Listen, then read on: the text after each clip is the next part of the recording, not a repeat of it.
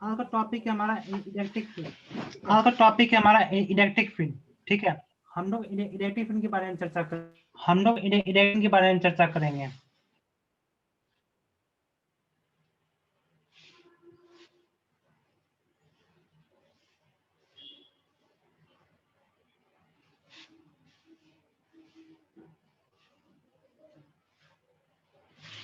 ठीक है,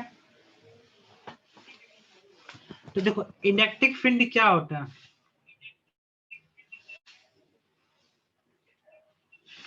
तो देखो सबसे पहले हमने क्या पढ़ा कि अगर एक चार्ज Q1 है और एक चार्ज Q2 है और दोनों के बीच का अगर दूरी r है तो दोनों के बीच में का जो फोर्स होगा वो कितना होगा हमारा K Q1 Q2 by r square. K Q1 Q2 by r square ये हुआ हमारा। ओके, अब देखो हम लोग इलेक्ट्रिक फील्ड के बारे में पढ़ने वो क्या होता है। ठीक है, तो देखिए मानिए कि ये हमारा कोई चार्ज Q है। ठीक है, और हमको पूछेगा कि यहाँ पे कोई पॉइंट P है और पूछेगा पॉइंट P पे इलेक्ट्रिक फील्ड कैसा होगा, किधर होगा। तो मानते हैं ये जो चार्ज है वो हमारा कैसा है, पॉजिटिव नेचर का। ठीक है, ये पॉजिटिव चार्ज है।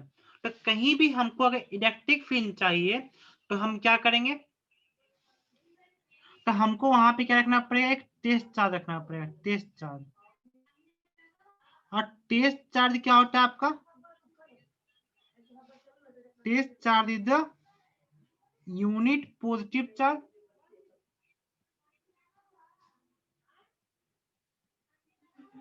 ओके, यूनिट पॉजिटिव चार्ज को हम लोग बोलते हैं टेस्ट चार्ज। तो ये देखो ये पॉजिटिव चार्ज क्या करेगा, अट्रैक्ट करेगा।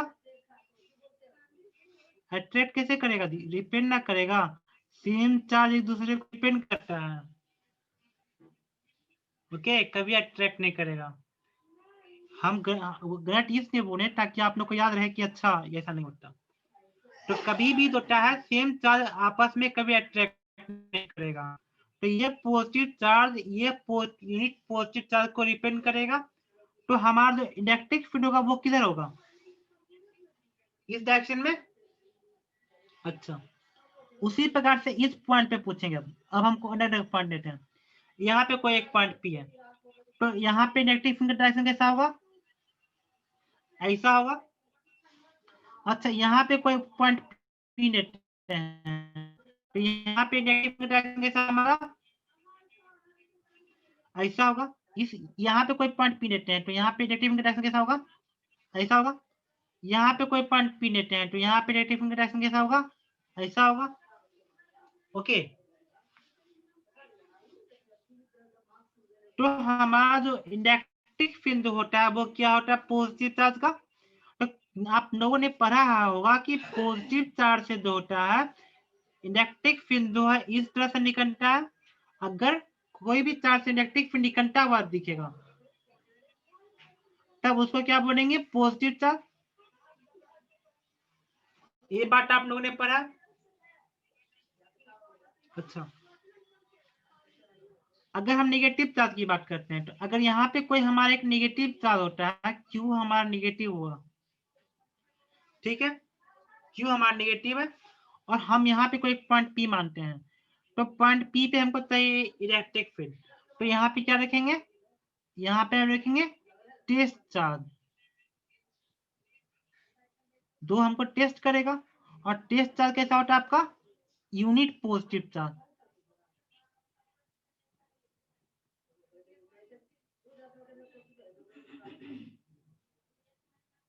ओके, ये वो हमारा यूनिट पॉजिटिव चार्ज। तो नेगेटिव चार्ज इस पॉइंट पे क्या करेगा, ये टेस्ट चार्ज क्या करेगा, अट्रैक्ट करेगा। तो उसी प्रकार से यहाँ पे कोई एक पॉइंट P होगा तो इसको क्या करेगा, इसको अट्रैक्ट करेगा। यहाँ पे कोई पॉइंट P होगा तो इसको अट्रैक्ट करेगा। यहाँ पे कोई पॉइंट P होगा तो इसको अट्रैक्ट करेगा। और यहाँ पे कोई पॉइंट P होगा तो इसको अट्रैक्ट करेगा। तो यहाँ पे कोई पॉइंट P होगा तो इसको अट्रैक्ट करेगा।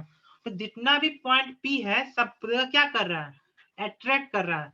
तो इसका जो इलेक्ट्रिक फील्ड होगा वो कैसा होगा, कन्वर्जिंग होगा। ओके, तो आपका निगेटिव चार्ज पे इलेक्ट्रिक फील्ड होता है वो कैसा होता है, कन्वर्जिंग, मतलब कि सारा का सारा इलेक्ट्रिक फील्ड लाइन कैसा करेगा, वो आता हुआ दिखेगा। ओके, तो पॉजिटिव चार्ज का इलेक्ट्रिक फील्ड लाइन कैसा होता है, निकलता हुआ, डाइवर्जिंग, और ये हुआ आपका कन्वर्जिंग।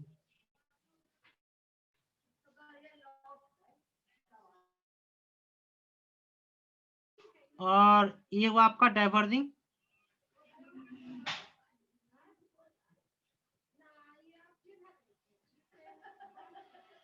ओके, तो आपने इलेक्ट्रिक फील्ड का डायरेक्शन निकालना सीख लिया, ठीक है, पहले आप लोगों ने डायरेक्शन सीखा।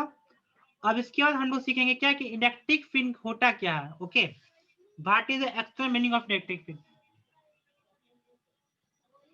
तो देखो, तो अगर यहाँ पे चार्ज Q है और यहाँ पे हमने रखा क्या, यूनिट पॉजिटिव चार्ज रखा। ओके, और दोनों के बीच का दूरी R है, तो दोनों के बीच का जो फोर्स होगा वो कितना होगा हमारा, K Q unit positive charge divide by R square.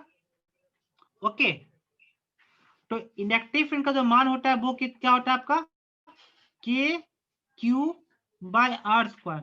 तो देखिए, यह फोर्स और ये इलेक्ट्रिक फील्ड का जो मान है, दोनों में क्या समानता है, दोनों बराबर लग रहा है कि नहीं लग रहा है, नहीं लग रहा कि दोनों हमारा बराबर है। ओके, तो इसको unit positive charge at A distance R पे रहेगा, तब जो है चार्ज Q के कारण जो फोर्स एक्सपीरियंस होगा उसको बनेंगे इलेक्ट्रिक फील्ड। कर सकते हैं, देखिए, अगर हमने यूनिट पॉजिटिव चार्ज किसी पॉइंट P पे रखा और यहाँ पे हमने एक चार्ज Q को रखा, अब ये इसने जो फोर्स लगाया वही तो हुआ है हमारा इलेक्ट्रिक फील्ड। इलेक्ट्रिक फील्ड का मान क्या होता है, के क्यू बाई आर स्क्वायर, और फोर्स क्या होता है, के Q into 1 divide by positive charge.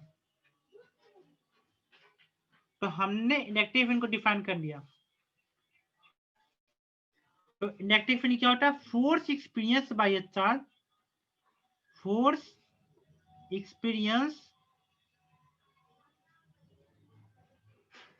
by a charge Q when a unit positive charge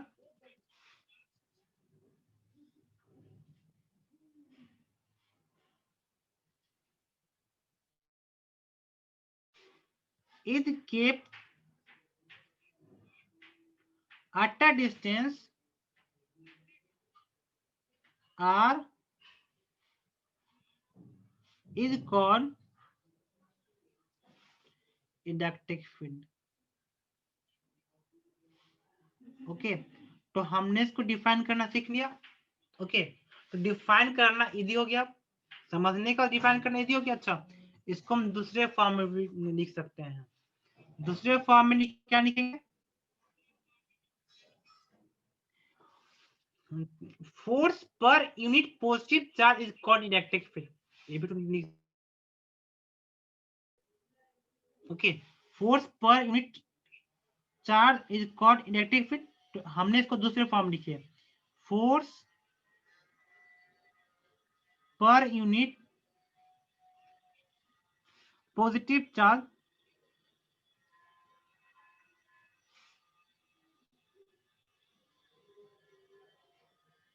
is called electric field.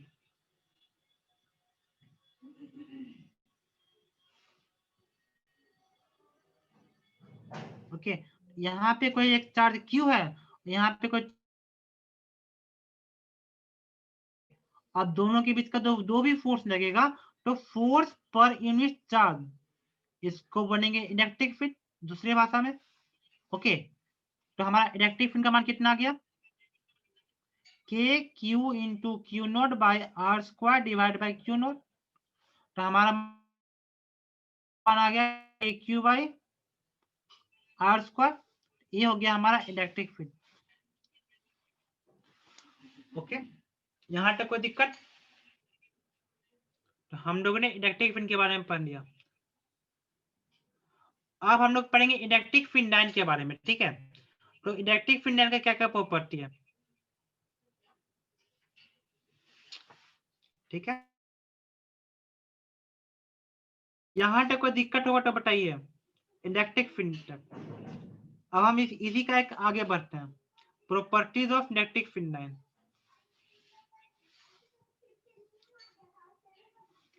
Next topic लिखिए, प्रॉपर्टीज ऑफ इलेक्ट्रिक फिनाइल।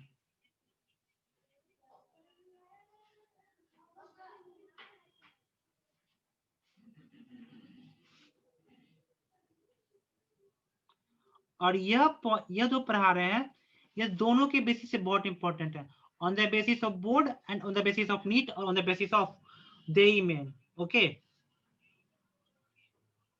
ये तीनों के बेसिस पे आप मैथ के स्टूडेंट हैं, फिजिक्स के क्या कहते हैं, बायोलॉजी के स्टूडेंट हैं, या फिर आप बोर्ड लेवल के लिए तैयारी करना चाहते हैं, दोनों के लिए बोर्ड में पूछेगा 5 9 इलेक्ट्रिक फिनाइल के बारे में बताइए, कौन सा आता है। और ये मोस्ट इंपॉर्टेंट टॉपिक है, बहुत फेवरेट टॉपिक है बिहार, कुछ तो पूछेगा ना, बच्चा लोग क्वेश्चन पूछेगा, कुछ तो पूछेगा। अच्छा, हम लोग यहाँ पे आ गए, पूछेगा सबसे पहला चीज क्या लिखेंगे, सबसे पूछेंगे कि tangent of positive charge give the direction of the electric field.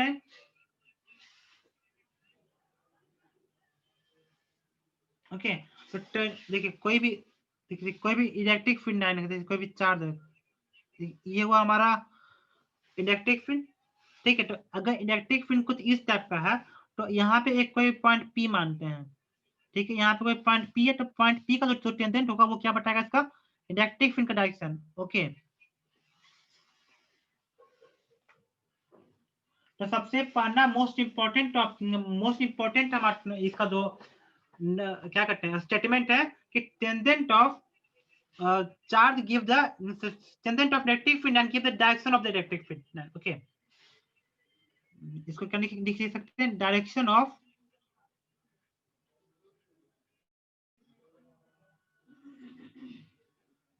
Electric field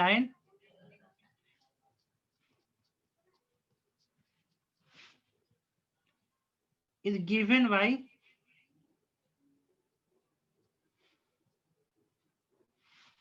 tangent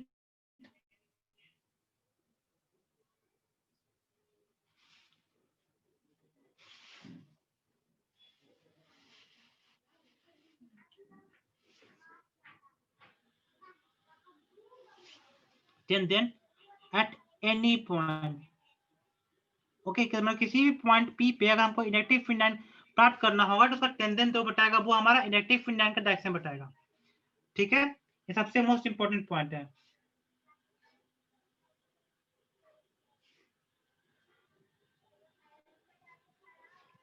okay, दूसरा पॉइंट इसके बाद लिखते हैं,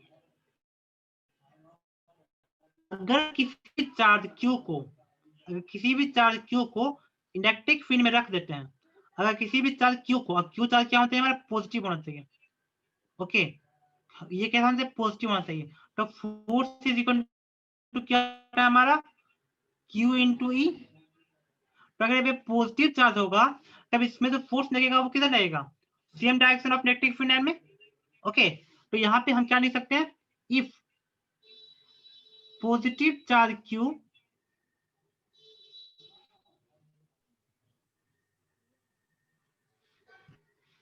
is kept in electric field,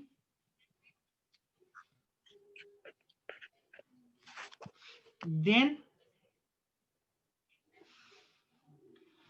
uh, then positive charge moves in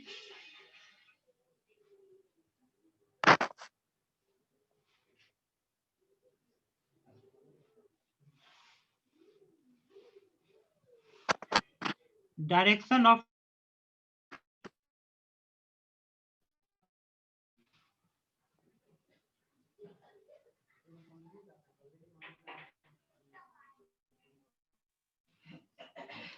ये हुआ हमारे का दूसरा स्टेटमेंट। और तीसरा स्टेटमेंट क्या होगा, जो अभी भी पीछे पड़े हैं, कि पॉजिटिव चार्ज से नाइट क्या होगा, इलेक्ट्रिक फिनाइन डाइवर्ट करेगा, और नेगेटिव चार्ज में क्या होगा, इलेक्ट्रिक फिनाइन कन्वर्ट करेगा। ओके, तो electric फिनाइन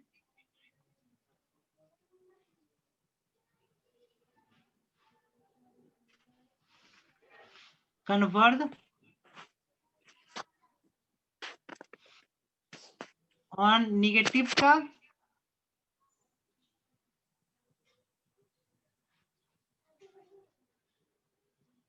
and diverge from positive charge.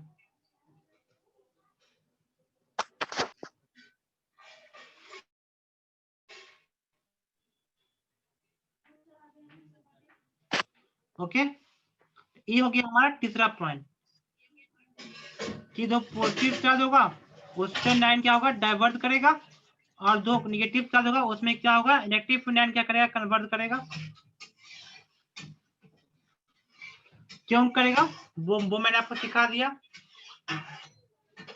Basic. अब कितना पॉइंट हो गया, 3 पॉइंट हो गया। चौथा पॉइंट पे आते हैं।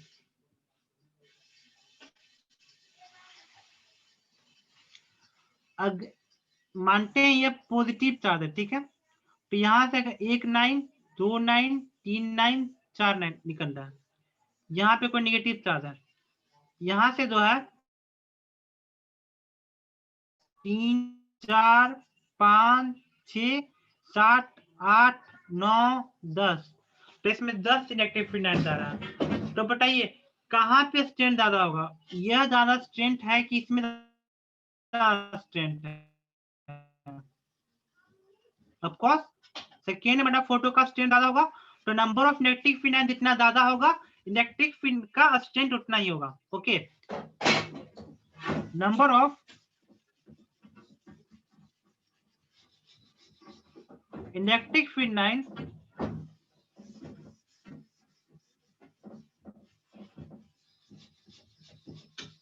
determine the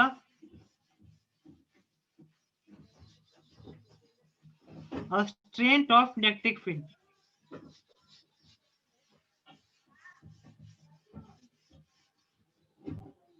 ओके, यह बहुत इंपॉर्टेंट पॉइंट है।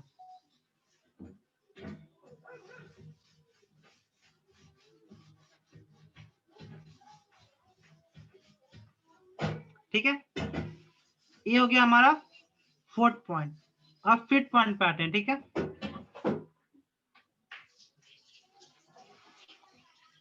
जो इलेक्ट्रिक फील्ड जो होगा कभी भी कंडक्टर से जो टूटा अंदर नहीं रहेगा, जैसे कि ये हुआ हमारा कोई कंडक्टर, तो इलेक्ट्रिक फील्ड जो है कंडक्टर के अंदर नहीं जाएगा।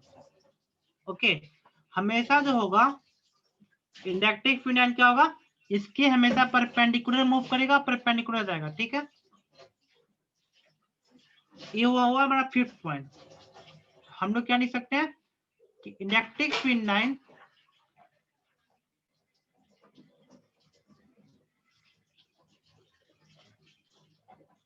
Always move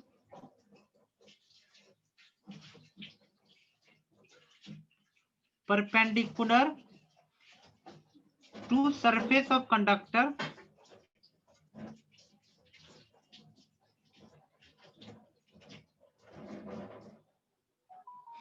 and no electric field line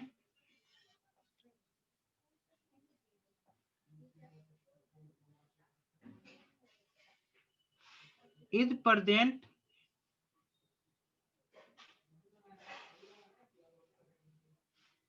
inside conductor.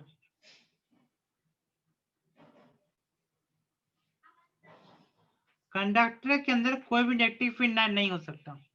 Okay, इसके बेसिस पे दो बार नहीं कई बार क्वेश्चन पूछा होगा। देखिए आपके पास फोटो है, अब पूछेगा कि इलेक्ट्रिक फील्ड लाइन का कौन सा फोटो लाइन आपका सही है, क्या ए सही हो सकता है, बी सही हो सकता है, सी सही हो सकता है। ओके, देखिए आपके पास है, क्योंकि ए सही क्यों नहीं होगा, क्योंकि ये सीधा जा रहा है। ओके, इसलिए सही नहीं होगा। बी सही क्यों नहीं होगा? ये परपेंडिकुलर है लेकिन अंदर में है। ये क्या है, अंदर में भी है और जो है सीधा परपेंडिकुलर नहीं है। और ये क्या परपेंडिकुलर भी है और अंदर में कोई भी इलेक्ट्रिक फील्ड नहीं है। तो हमारा स्टेटमेंट 9D हमारा सही है। और यह क्वेश्चन जो है AI ट्रिपल ई का क्वेश्चन है। ओके, तो यह स्टेटमेंट बहुत इंपॉर्टेंट है, इसे कई आप पूछ चुका है, उसके पहले भी पूछ चुका है। और स्टेटमेंट नंबर 4 भी इंपॉर्टेंट है, 5 भी इंपॉर्टेंट है। हर एक स्टेटमेंट उतना इंपॉर्टेंट है। ओके, अब देखो इलेक्ट्रिक फ्लक्स क्या होता है? What do you understand by electric flux?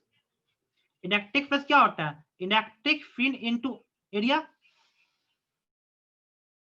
Okay, तो इससे आप क्या समझते हैं कि electric flux does not depend on area. Electric flux does not depend on area. Okay, ये बात आपको पता होगा। तो आप एक चीज और पता होना चाहिए कि इंडक्टिव का मान कितना होगा? Inductive flux by area. Okay, तो बताओ जिसका एरिया ज्यादा, अगर हमारा एरिया ज्यादा हो जाए तो इंडक्टिव फील्ड का मान क्या होगा? कम होगा। और अगर हमारा एरिया कम हो जाए तो इंडक्टिव फील्ड का मान क्या होगा? ज्यादा होगा। तब देखो यहाँ पे एक एरिया है और यहाँ एक एरिया छोटा सा, ठीक है। और इसे देखो, एक लाइन गया, 2 3 4 5 6 7 8 और फिर इससे गया ये 9 और इससे एक और निकल जाते हैं 10। ठीक है, ठीक से कटेगा नहीं। ये क्या कर दिया मैंने? हाँ, 9 ही रहने दो, कोई जरूरत नहीं। ठीक है, हाँ ये अच्छा, अभी मैंने जो किया था वो हमसे गलती हो गया था। क्या? Inductive field line does not intersect with each other. ये भी हमारा एक नेक्स्ट पॉइंट है। ठीक है, ऐसा नहीं कि इंडक्टिव फील्ड को कभी भी काट दीजिएगा, ये बहुत बिहार बोर्ड के लिए बहुत इंपॉर्टेंट है। तो यहाँ पर इस स्टेटमेंट को समझते हैं। तो देखो ये पॉइंट ए है और ये पॉइंट बी है, ठीक है। तो दोनों जगह इंडक्टिव फ्लक्स तो सेम होगा। अभी बताए थे इंडक्टिव फ्लक्स होता है एरिया पे डिपेंड नहीं करता। ओके, लेकिन इंडक्टिव ए का कितना होगा? Inductive flux per unit area. और इस यहाँ का जो इलेक्ट्रिक फील्ड होगा वो कितना होगा? Electric flux per unit area. Okay, तो इलेक्ट्रिक फील्ड कहाँ का ज्यादा होगा? ए का कि बी का? ए का ज्यादा होगा कि ए का एरिया कम है? तो electric field of area A is more than the electric field at area B. Okay, तो यहाँ पे नेक्स्ट सेट में क्या लिखिएगा? Electric field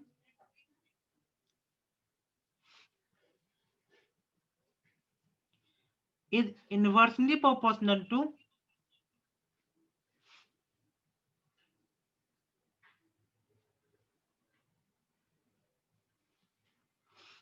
area through which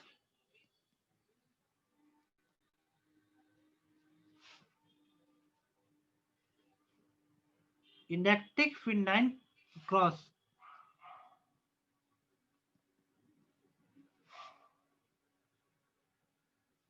okay, ये हुआ हमारा कौन सा स्टेटमेंट हो गया? स्टेटमेंट हो गया। और 7वां स्टेटमेंट अभी भी मैंने कहा कि नहीं हो सकता। वो क्या है कि electric field line does not intersect with each other.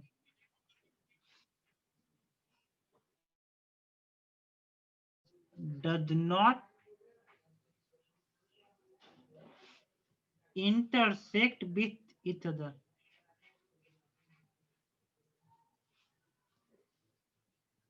क्योंकि अगर इंटरसेक्ट कर दिया तो एक इलेक्ट्रिक फील्ड लाइन का 2 डायरेक्शन हो जाएगा और 2 डायरेक्शन तो कभी हो नहीं सकता, नॉट पॉसिबल। ओके, तो इसका क्या कारण है? There will be no two direction of any electric field. यहाँ पे बिकॉज करके लिख दीजिए, because there will be no two direction of any inductive field line. Okay, theoretical question इससे बहुत बार पूछा जा चुका, पूछेगा ही एमसीक्यू में, बिहार बोर्ड, हर जगह। ओके,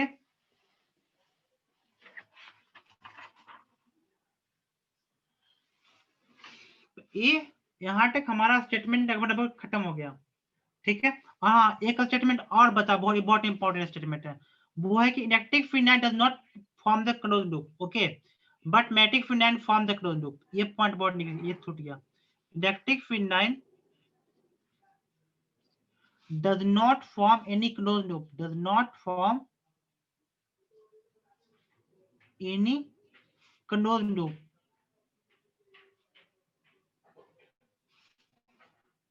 ओके, ये बहुत इंपॉर्टेंट क्वेश्चन है। But magnetic field can form, but magnetic field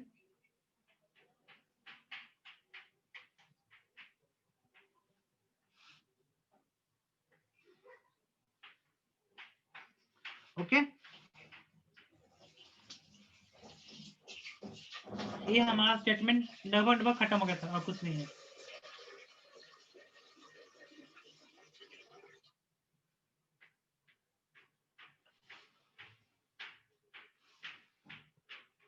तो यहां तक किसी कोई प्रॉब्लम?